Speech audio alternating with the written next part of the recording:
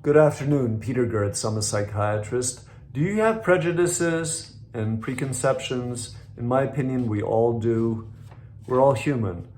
And it's important for us to try our best to be aware of those prejudices so they don't bite us or affect other people negatively.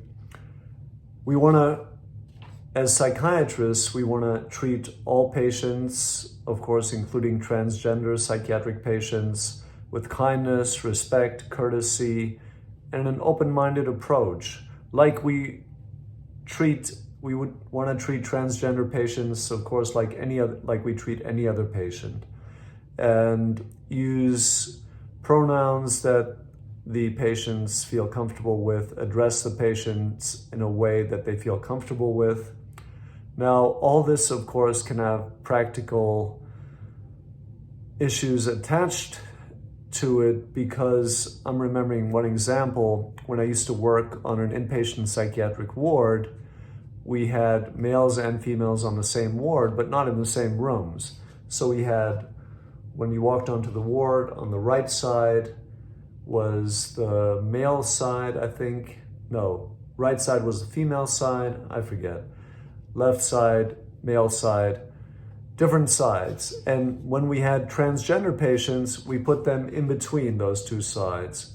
So there are practical consequences of the transgender aspect in psychiatry. And we can be blindsided. I've been blindsided, and you want to do your best to have a sense of humor about it if you get blindsided.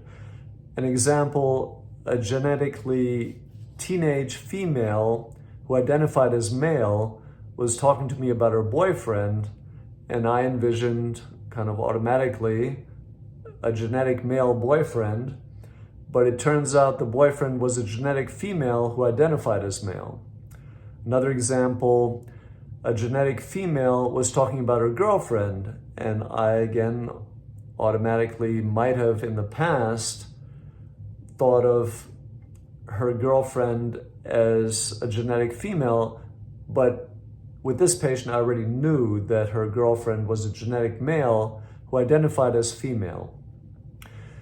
In transgender psychiatric patients, we want to use, just like with any other patient, evidence-based treatments regarding, let's say, medications. They may ask for certain medications, or they may ask for hormone treatment, they may ask for surgery.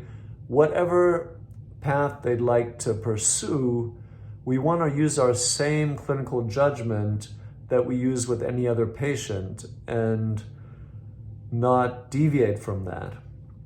And if we're prejudiced and not in touch with being prejudiced, that can affect the patient negatively and us negatively.